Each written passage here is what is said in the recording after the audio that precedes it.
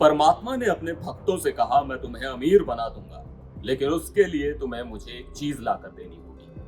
अमीर बनने के लालच में भक्त कुछ भी करने को तैयार थे और उस परमात्मा ने मांग लिया कुछ ऐसा जिसकी कोई कल्पना नहीं कर सकता।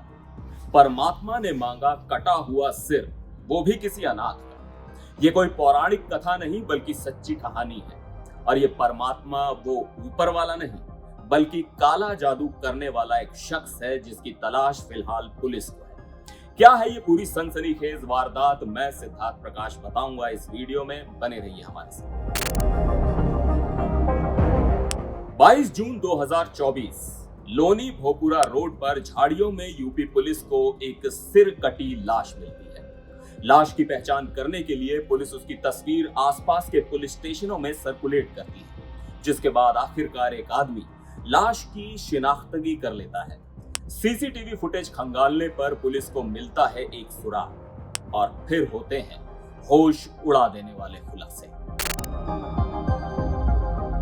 दरअसल मुजफ्फरनगर के रहने वाले 24 साल के विकास गुप्ता और 22 साल के धनंजय सैनी को अमीर बनने की बड़ी चाहत थी। विकास गुप्ता दिल्ली में ऑटो चलाता था जबकि धनंजय दिल्ली के ही किसी ढाबे पर रसोइये का काम करता था।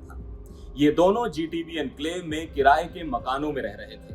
कमाई ज्यादा थी नहीं, दोनों अपनी इनकम से बिल्कुल भी खुश नहीं थे। दोनों अमीर बनने के लिए कुछ भी कर गुजरने को तैयार थे। विकास गुप्ता के साथ कमरे पर एक आदमी और रहता था, नाम है विकास उर्फ परमात्मा। परमात्मा ई रिक्शा चलाता था। परमात्मा ने विकास और धनंजय से कहा कि वो काला जादू करना जानता है और अगर वो दोनों उसका एक काम करें तो वो उन्हें 5-5 लाख रुपए दे सकता है। उसने काला जादू करने के लिए दोनों से इंसान का एक कटा हुआ सिर लाकर देने को कहा, लेकिन इसमें भी एक शर्त थी। शर्त ये कि वो सिर किसी अनाथ का होना चाहिए। परमात्मा ने उनसे कहा कि ये बलि देने से उनके सितारे चमकेंगे और उन्हें गरीबी से बाहर निकलने का रास्ता मिलेगा। पैसों के लालच में दोनों तैयार हो गए। विकास और धनंजय को अब तलाश थी अपने शिकार की। परमात्मा के कहे अनुसार दोनों काम पर लग गए। इस दौरान दोनों को 29 साल के एक लड़के के बारे में पता चला।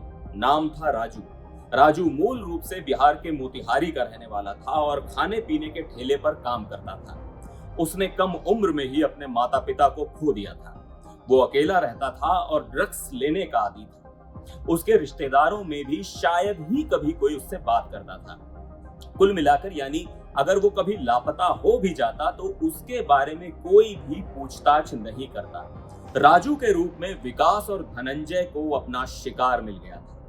दोनों ने उससे किसी तरह दोस्ती की और एक हफ्ते बाद यानी 22 जून 2024 को शराब और ड्रग्स का लालच देकर अपने कमरे पर बुलाया। कमरे में परमात्मा भी मौजूद था। जब राजू ने कुछ पैक गटक लिए तब विकास और धनंजय ने परमात्मा के साथ मिलकर उसके गले में कपड़ा बांधा और उसे तब तक छत से लटकाए रखा जब तक कि उसकी तड़प तड़प कर मौत नहीं हो गई। अब वो राजू की लाश को ऑटो में लादकर गाजियाबाद के पंचशील के पास एक जंगली इलाके में पहुंचे।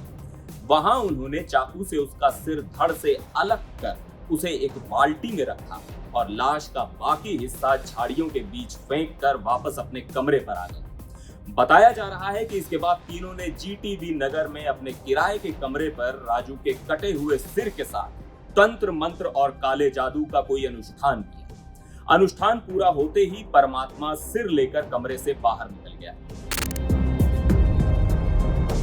जैसा कि मैंने शुरू में बताया था कि लोनी भोपुरा रोड पर झाड़ियों में सिर कटी लाश मिलने और उसकी शिनाख्त होने के बाद पुलिस ने सीसीटीवी फुटेज खंगालना शुरू किया। सीसीटीवी फुटेज देखते ही विकास गुप्ता सीधे पुलिस के निशाने पर आ गया। दरअसल सीसीटीवी में एक ऑटो रिक्शा नजर आ रहा था जिसका नंबर था DL1RQ9275। पुलिस ने खोजबीन शुरू की तो पता चला कि वो ऑटो रिक्शा विकास गुप्ता के चाचा मुन्ना के नाम पर था। पुलिस ने मुन्ना से पूछताछ की तो पता चला कि वो ऑटो रिक्शा विकास गुप्ता ही चलाता था और फिर पुलिस ने शिकंजा कसना शुरू किया और घटना के लगभग 2 महीने बाद 16 अगस्त को पुलिस ने विकास गुप्ता और धनंजय सैनी को गिरफ्तार कर लिया, जबकि काला जादू करने वाला परमात्मा अभी भी फरार है। एनडीटीवी इंडिया पर फिलहाल के लिए बस इतना ही। मुझे दीजिए इजाजत। नमस्कार।